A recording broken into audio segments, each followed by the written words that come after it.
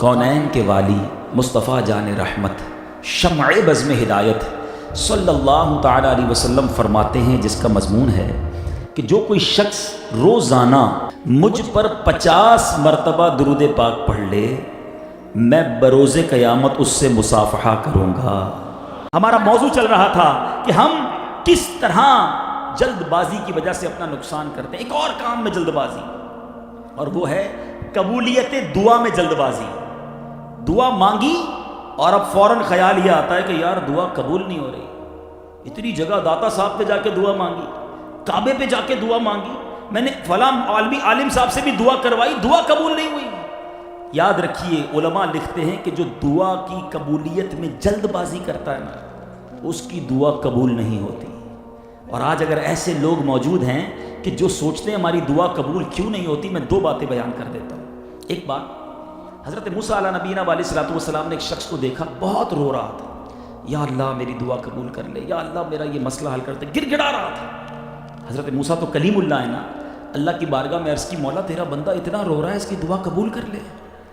اللہ نے فرمایا، اے موسیٰ یہ اتنا روئے، یہ اتنا روئے کہ روتے روتے مر جائے، اور اتنے ہاتھ اٹھائے کہ اس کے ہاتھ آسمان کو چھو لیں، میں نے اس کی دعا قبول نہیں کرنی۔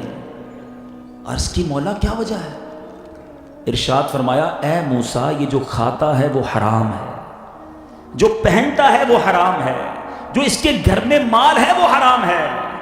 اب کاروبار حرام کا کروں، جھوٹ بول کے کروں اور کہوں دعا قبول نہیں ہوتی۔ ایک ریزن تو یہ ہے۔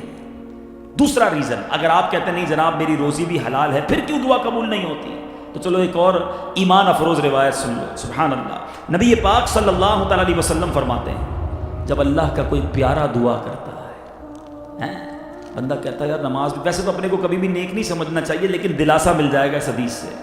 آقا فرماتے ہیں جس کا مضمون ہے جب رب کا کوئی پیارا نیک پارسا دعا کرتا ہے، اللہ تبارک و تعالیٰ فرشتوں سے فرماتا ہے، جبریل سے فرماتا ہے، اے جبریل ابھی ٹھہرو، اس کا کام نہ کرنا، اس کو اور مانگنے دو، مجھے اس کا مانگنا بڑا پسند آ رہا ہے۔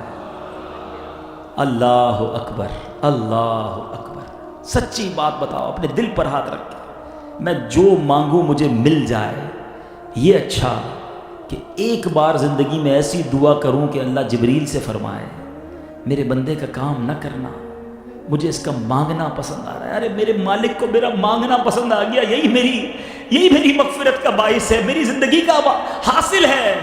اللہ ایک بار فرشتوں سے فرما دے کہ جبریل میرے اس بندے کا مانگنا پسند آ رہا ہے۔ اتنی جلدی مچاتے ہیں، اتنا جناب اس میں واویلا کرتے ہیں، اتنے شکوے کرتے ہیں کہ میں دعا مانگ کے تھک گیا، دعا قبول نہیں ہو رہی۔ ارے کیا معلوم یہ اللہ کی حکمت ہو، یہ اللہ کے فیصلوں پر راضی رہنا سیکھو۔ اب پھر آگے اس روایت کا اگلا جز ہے کہ جب اللہ کا کوئی نافرمان، فاسق، فاجر، گناہگار دعا کرتا ہے، اللہ فرشتوں سے فرماتا ہے اس کا کام جلدی کر دو، مجھے اس کی آواز پسند نہیں ہے۔ تو بعض اوقات لوگ کہتے ہیں یار میں نمازیں بھی پڑھتا ہوں، روزے بھی رکھتا ہوں، میرے کام سیدھے نہیں ہوتے، وہ کماتا بھی حرام ہے، نماز بھی ایک نہیں پڑھتا، اس کے کام سارے ٹھیک ہو رہے ہیں۔ یہ اللہ کی طرف سے ڈھیل ہوتی ہے، نیک بندوں کو آزمایا جاتا ہے، اللہ کی طرف سے فیصلوں پر اطمینان رکھیں۔ دعا کے حوالے سے ایک اور بات بھی کر دوں، ایک اور پرابلم بھی ہے، دعا قبول نہ ہونے کا ایک سبب۔ ہم دعا کرتے ہیں پھر سوچتے پتہ نہیں یار قبول ہوگی کہ نہیں، چلو پھر بھی مانگ لیتے ہیں۔ یاد رکھیے، جس کو دعا کی قبولیت کا یقین نہ ہونا، اس کی بھی دعا قبول نہیں ہوتی۔ ایک گاؤں میں بارش نہیں ہو رہی تھی، تو گاؤں کے لوگوں نے جمع ہو کر نیت کی کہ چلیں سب مل کر بارش کی دعا کرتے ہیں۔ کئی مہینے، کئی سال گزر گئے، لوگ پیاسے ترس رہے تھے، کھیت کھلیان سوکھ گئے، سارے لوگ گاؤں کے جمع ہوئے۔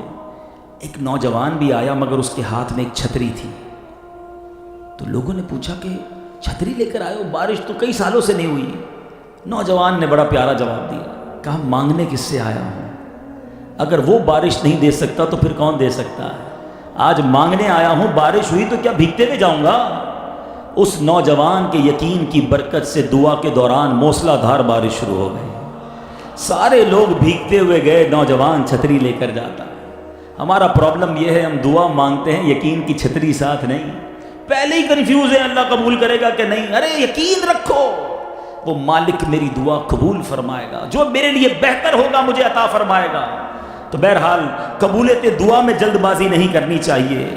اور ایک آخری باتیں تو بہت ساری ہیں، ہم کہاں کہاں جلد بازی کرتے ہیں، لیکن بعض اوقات ایک اور غلطی یہ کرتے ہیں کہ کسی کے بارے میں ڈیسیشن لینے میں بہت جلد بازی کرتے ہیں، فوراً نیگیٹو اپروچ۔ بزنس مین بیٹھے، سنو میں آج آپ کو ایک بزنس مین کا واقعہ سناتا ہوں۔ ایک بزرگ کہتے ہیں میں مسجد میں نماز ادا کرنے گیا، جب وہ نماز پڑھ رہا تھا تو میرے ساتھ ایک بڑا غریب فقیر سا شخص وہ بھی بیٹھا تھا اور ایک بزنس مین بھی بیٹھا تھا، دو برابر میں وہ بیٹھے تھے۔ فقیر نے، غریب نے ہاتھ اٹھائے اور اللہ سے دعا کی، یا اللہ مجھے فلاں قسم کا کھانا کھلا دے، فلاں قسم کا میٹھا کھلا دے۔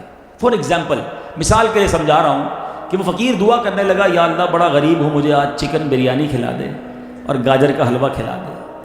اب وہ دعا کیے جا رہا ہے، وہ جو تاجر برابر میں بیٹھا تھا نا، بزنس مین، وہ جیسے ہم لوگ کرتے ہیں، یہ جو دعا کر رہا ہے نا، یہ مجھے سنانے کے لیے کر رہا ہے، یہ اللہ سے نہیں مانگ رہا ہے، اس کو مجھ سے پیسے چاہیے، فوراً نیگیٹو۔ تاجر نے کہا مانگنے دو، میں نے بھی کام نہیں کرنا آج اس کا، یہ مجھے سنا رہا ہے نا، میں نے کرنا ہی نہیں۔ وہ مانگتا رہا، غریب آدمی تھا۔ دعا کرنے کے بعد وہ مسجد میں ہی سو گیا۔ بزرگ کہتے ہیں میں دیکھتا رہا، تاجر بھی بیٹھا ہے، غریب سو گیا۔ تھوڑی دیر ہوئی تو مسجد میں ایک اور مزدور سا شخص آیا، اس کے ہاتھ میں ایک تھال تھا، تھال کے اوپر کپڑا ڈلا ہوا تھا۔